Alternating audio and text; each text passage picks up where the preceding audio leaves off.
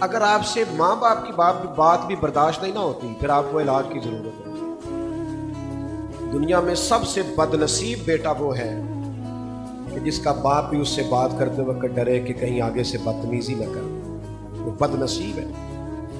او میرے یارو، حلم، بردباری، ٹھہراؤ، صبر، برداشت، آپ کا سینہ کشادہ ہو، آپ کو سہنا ہے۔ اور میں آپ کو بات عرض کروں، نظریاتی لوگ ہمیشہ بردبار ہوتے ہیں، آپ پرواہ نہ کریں مخالفوں کی، اور لوگ آپ کو آ کے بلا وجہ بھی کہیں گے فلانا تیرے خلاف گل کرتا سی، انہوں کہ یار جی وہ کرتا سی تو چنگا ہوں تو اتنے جواب دینا، پہلے تو مزہ لے کے سنیے۔